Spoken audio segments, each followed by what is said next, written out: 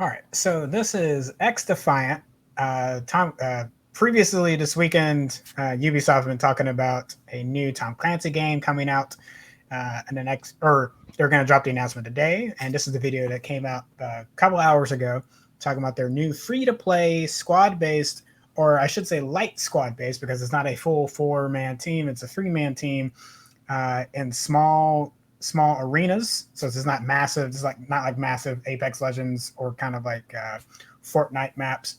Mm-hmm. Very small maps. Also, as actually, I'll fast forward a little bit in the video because I want you to see. You got different classes, which is not unexpected in a Tom Clancy game like in a Rainbow Six. But the powers and abilities are what I'm like. That's not normal for a Tom Clancy game. We're not used to that. Yeah, it's looking very different. Yeah, and I'm not gonna lie, I kind of dig it. Kind of dig it a little bit. I gotta say, like the 3v3 format just reminds me of just like 3v3 Overwatch. Back when I used to play, however many years ago now, it was like for a long time it was the only mode that I played. So knowing that that's what they're doing, I think 3v3 works really really well. Sometimes when you're doing 4v4s, somebody's role can be not super valuable. That's When it's true. in 3v3, it's like, everybody's got to be on point doing what they're supposed to do. So I think that might be, I think it's an interesting choice from the to lean into that heavily, as opposed to making it like a secondary mode or something like, oh, if you can play 4v4 or you can play 3v3, it's like stick to 3v3. I think it's a good choice. And sometimes in the video we've seen four people lined up, so there might Yeah. still be a 4v4 mode, but they kept stressing 3v3 in this video, which again I'm with you. I like particularly when I'm playing Halo. Hmm.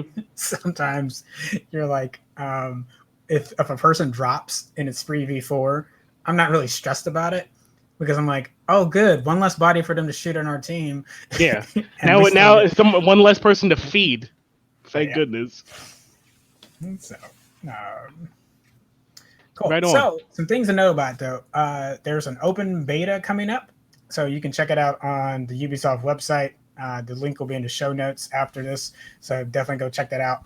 They didn't give us a date. They didn't give us a beta release date on this one, at Hmm. least on this video. So we don't know the exact time, but yeah, you can go check it out on Ubisoft's website. And if that's something you're into, I might check it out. Maybe stream that live if we're allowed to stream the beta, or just play beta and give you our thoughts on it. But Hmm. Right on. yeah, Moving on. Persona 25th anniversary details? Question mark, dot, dot, dot.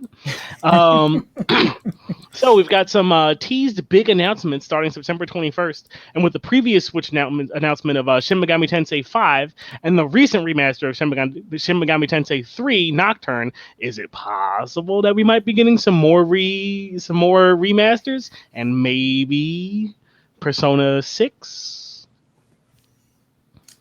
I'm so this is not a so I should note, like when I put this on there, this is some speculation folks are throwing out, so they didn't have like a confirmation, but it did. Mm-hmm. I mean, I'm a sucker for Shin Megami Tensei and Persona, so hey, It's a good game. good game. So when the announcement for Nocturne came out, and then we got, or I guess no, sorry, let me go. It was after that. It was when Shin Mm-hmm. Megami 5, when we Yep. got the announcement for that. It really made me think, okay, if Nocturne does well, and then this is coming out later in the year, maybe we'll get an announcement next year that maybe Persona 6 might be coming. I'd be surprised if Persona 6 comes this year. That seems a little. But could we get the trailer that it's coming out next year? Yeah, I think that could track. Yeah, and like with the pandemic like messing up production schedules as it has been, like mentally I have to remember to push stuff back because like yes, everybody, now they have the tools that they need to work from home and do all that kinds of stuff. Hopefully, not everybody, still everybody doesn't. But for a really long time they didn't because that was something that game developers just weren't trying to do. Like, why would you work from home? There's so many more resources that you need to have that you need to make space for at your house Yeah. than to do that. So like mentally, I have to like push it back probably by like 6 to 9 months at least. And then whatever else you couldn't do during that time just gets, snowballed and whatnot. So I think you're probably right. Probably not this year. Probably get a trailer for it next year, maybe, hopefully. Provided there's no bonkers stuff going on where it's like, oh, we changed the artistic director halfway through and he hates the current game, so we're starting over. No. Metro Prime 4. No. I knew you were going there. I knew you were going there. Yep. So this is an article from Kotaku. From Kotaku. Kotaku. I don't know, where did the ooh come from? And something they were noting is so Atlus has already talked about they're going to drop numerous announcements starting from September 21st. So September 21st is not going to be the only announcement day. They plan to do some things from that point to the rest of the year. So I think that's why why they're speculating could be some game announcements. The other little sneaky thing they noticed is on the merch store for Atlus right now. There are some different figurines and items from the original PS1 Persona games that they have not had on there in a long time.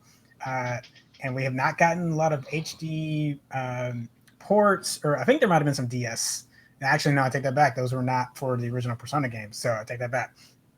So just the acknowledgement that the original Persona games exist. It's a good sign. It's a good sign. So maybe again, because you did Shin Megami Tensei 3 Nocturne, maybe we'll get those first 2 Persona games or at least a good HD remaster of them and brought out so we can play it. If they did a remake, I wouldn't be mad. It'd be Shin Megami Tensei 1 Gold. Yes. Oh man. Let me see. Oh, here we go. So Peloton, I hope that's how you say that, has a Peloton. That was close, but also wrong. Has a in-app game that they're launching, and they're dipping their toes into the game dev sector. Basically, they're creating a game that goes along their exercise bike that'll be adding a function that tracks your score instead of having a personal trainer that goes along with it.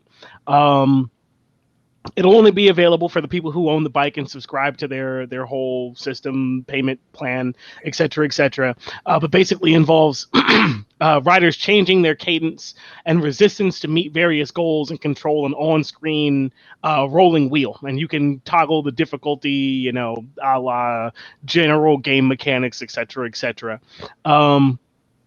It's not available yet, but there's a couple of people who have been able to play it who said that it kind of reminds them of Rainbow Road for Mario Brothers, kind of sort of. I can see that. But yeah, it'll be it's a members only beta for now that'll open up later this year.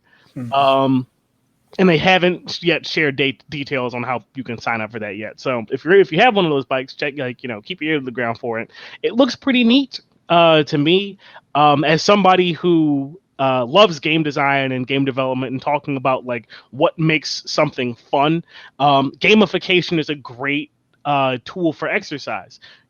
Biggest most popular example in recent time, Pokemon Go. And it's if during that summer, and it's everybody was walking vastly more, way more than they had been prior to, enduring 85-degree heat, 90-degree heat, however hot it was. You were out there sweating bullets, walking around long enough to burn out the battery on your phone and probably have an external battery so you could go and catch more Pokemon.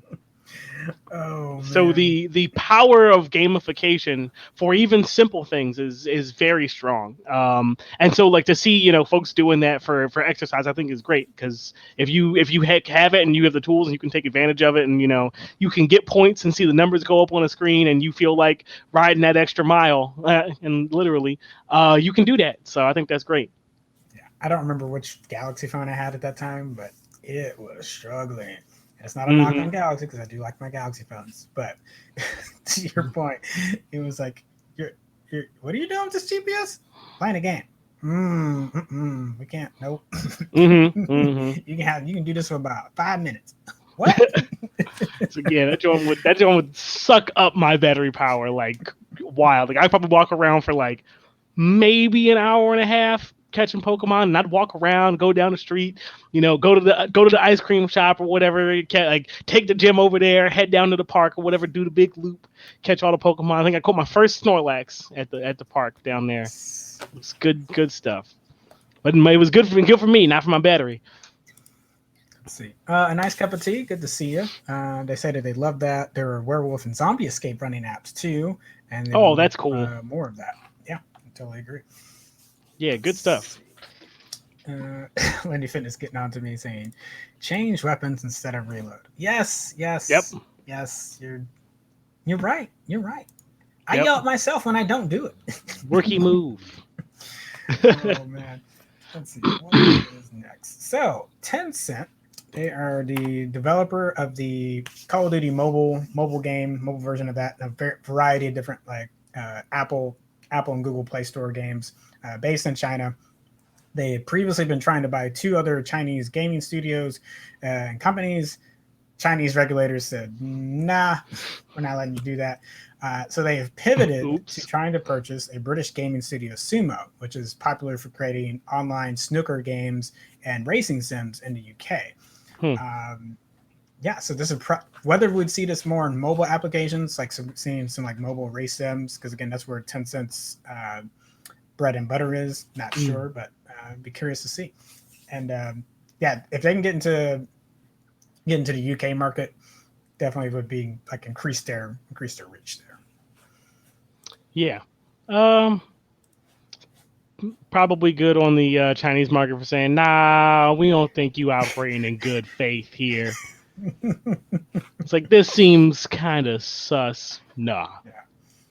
And this is just the announcement of the deal. They could still very much run into that same roadblock we just talked about. Maybe they will. All right. Where we at? Oh, here we go. RTX 30 series cards will be available in store at Best Buy tomorrow morning. Employees are here, so for folks who are, keep their ear to the ground and you're listening for when these things come in or when the truck's rolling down the street. Basically, like if you've been to a Best Buy or you've been to what's the other one? Not Circuit City, because that's long gone. I always forget the name of it. Not Comp USA. Micro Center. There we go. Yeah. Micro Center. If you've been to a Micro Center, like literally every time I go, there's people out there with tents. They're there with chairs. They're talking about XYZ. It's like this is what they're waiting on. So if you've ever seen that, this is why they're out there.